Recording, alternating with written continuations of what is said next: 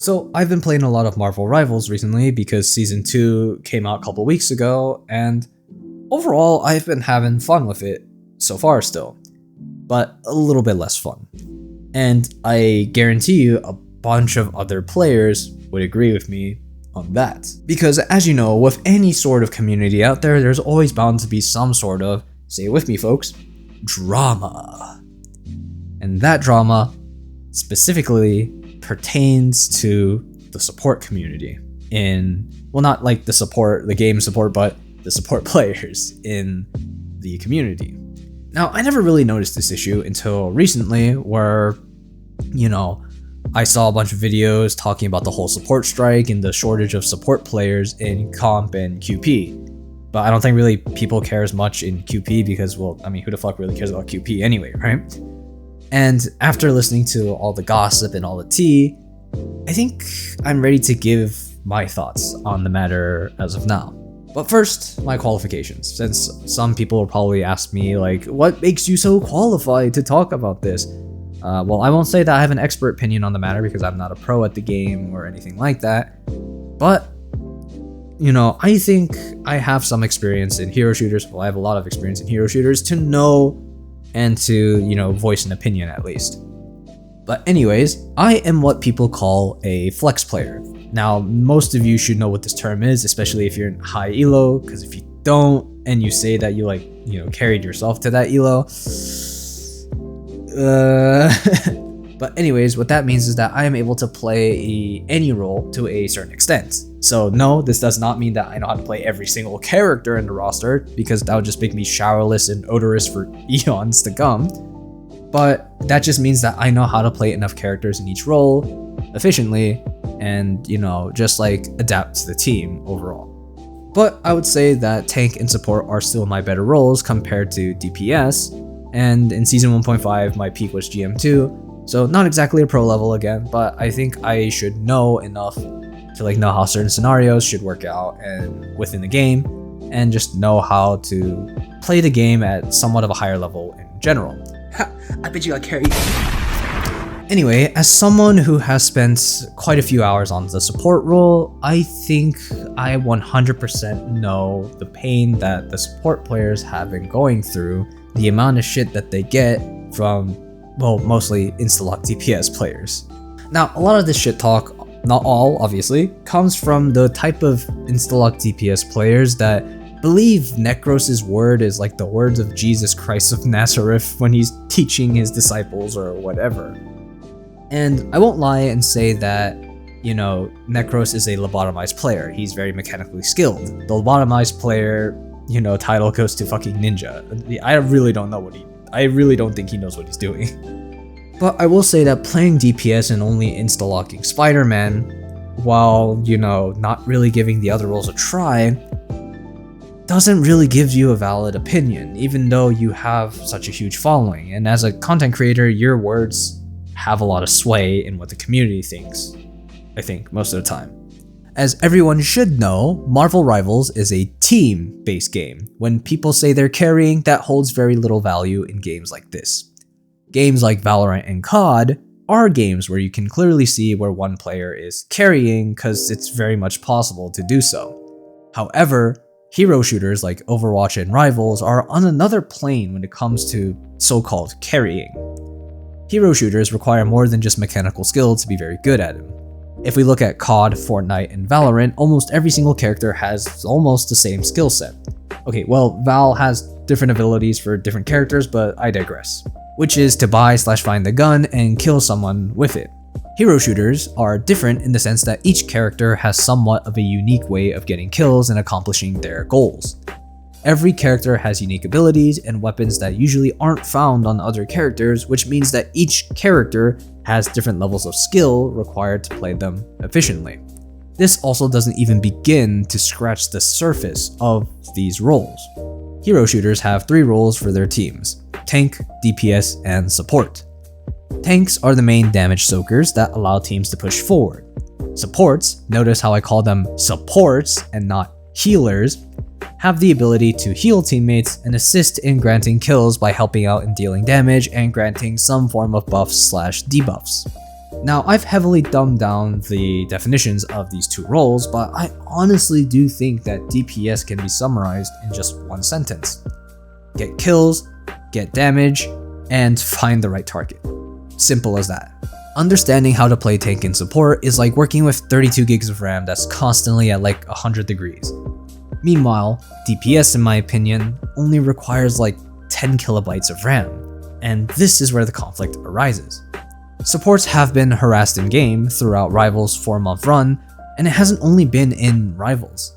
Harassing supports has been around for a long time, even during the days of Overwatch 1, and I would assume TF2. But I think Rivals has shown the worst of it so far. I don't really see the correlation as to why, but most players seem to think that support players only consist of members of the LGBTQ community and women. Which doesn't even begin to excuse the shit that they say to people online. Like, if you truly wanted to talk shit about something that's not really correlated to the game that you're playing at all, then you just really need to get off the game.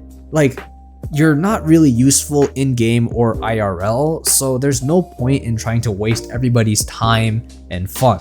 You've already done that to your parents anyway, Lord knows, so just don't do that to anybody in general. Anyways, players, mostly the DPS, seem to think that support is the easiest role to play in Rivals. And while I agree support is the easiest to pick up and help you get into the game, it is by far the most difficult and thankless role to play. And it's really cathartic to see ninja-like players having to understand that struggle. The biggest haters come from insta-lock dive players who refuse to remove the decay from their keyboards, practicing rollout techs and pinging for health more than they do aiming. So here's the deal for you dive players out there. You do not have the right to ask for heals. You have the mobility to get in and out of a fight.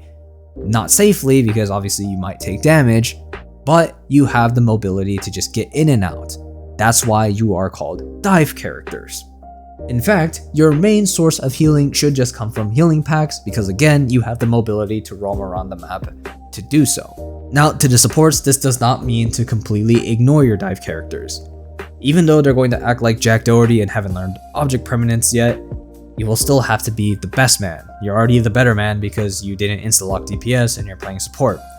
And, be their main source of heals and support for the moment, because who knows, maybe those health packs aren't available.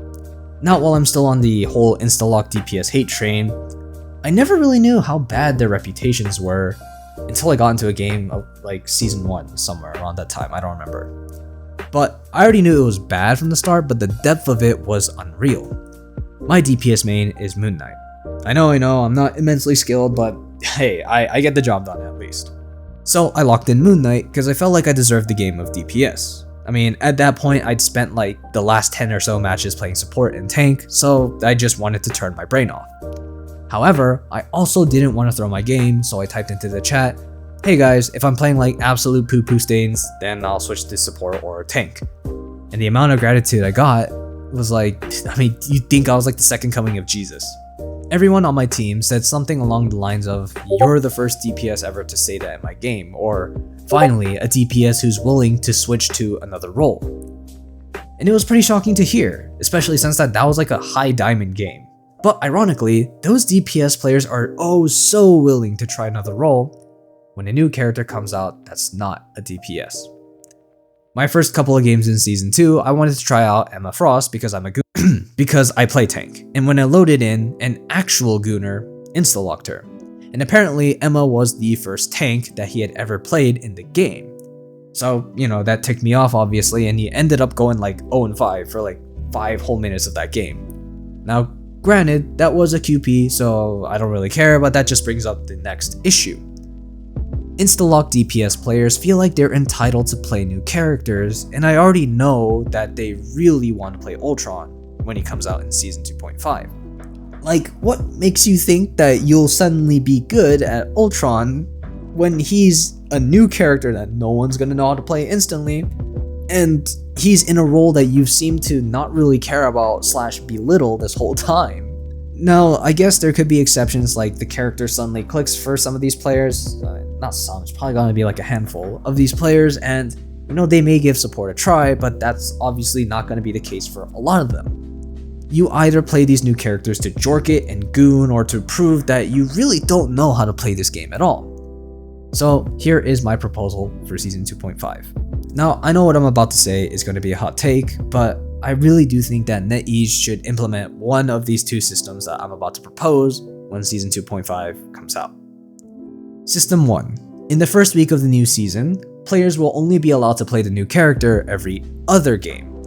Given the vast amount of players, it should be nearly statistically impossible to have a lobby where no one can play the new character.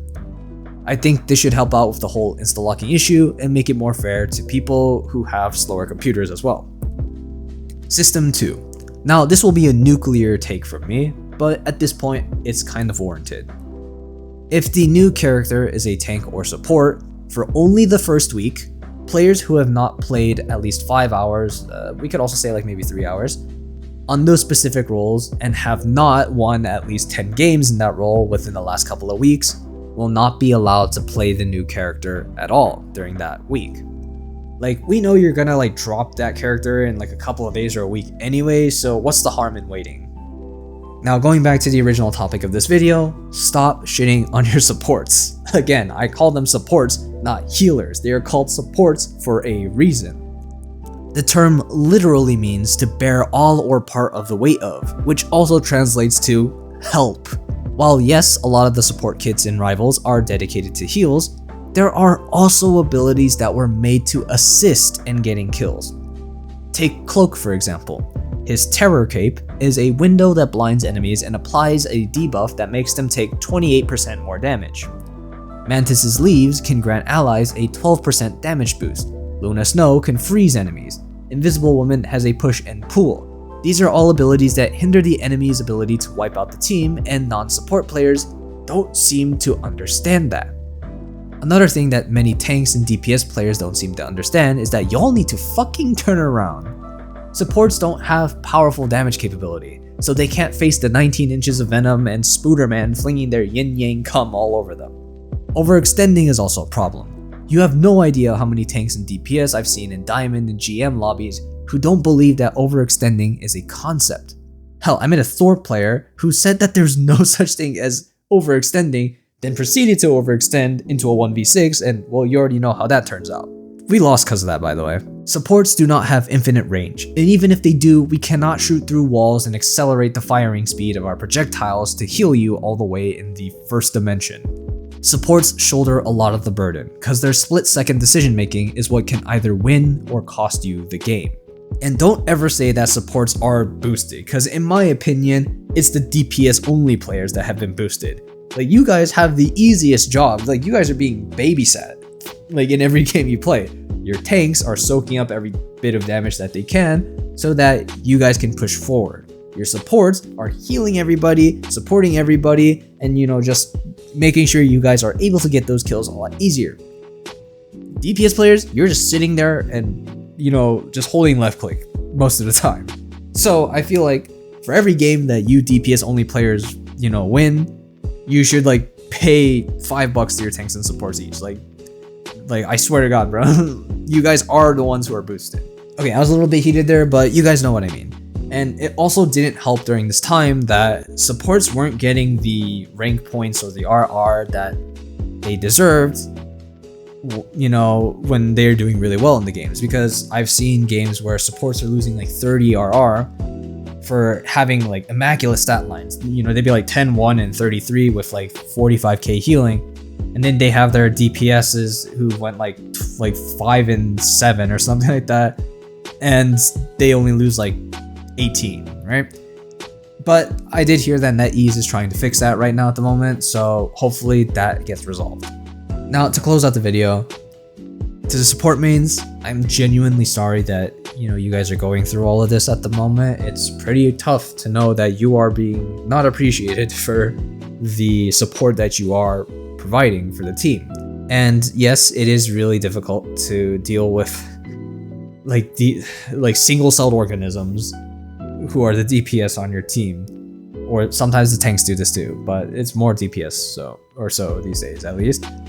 But the mute button also exists for a reason. Just mute them and ignore them. You're much better than them as a person anyway. As for those DPS only mains, get off the fucking roll of DPS. You guys are not good. Get on other roles and try to learn at least like 2 or 3 characters from each of them, because it's just not that hard, god damn it. Like, I swear. Like, you don't have to master a goddamn character, like, just learn how to play them. But anyway, those are my thoughts / rants on this whole support topic at the moment. And if any of you guys have your own thoughts and or anything like that, put them in the comments below. See if you guys agree with me, or you have other points, or if you disagree with me. It doesn't matter. I just want to hear what you guys think about this topic in general. So please leave in the comments below. And if you guys like this kind of video and want to see more of my content coming back or whatever, be sure to hit that subscribe button. And yeah, I think that's pretty much it. You don't have to do the other stuff, but like this video or something, I guess, like that. But besides that, I'll see you guys next week then. Peace.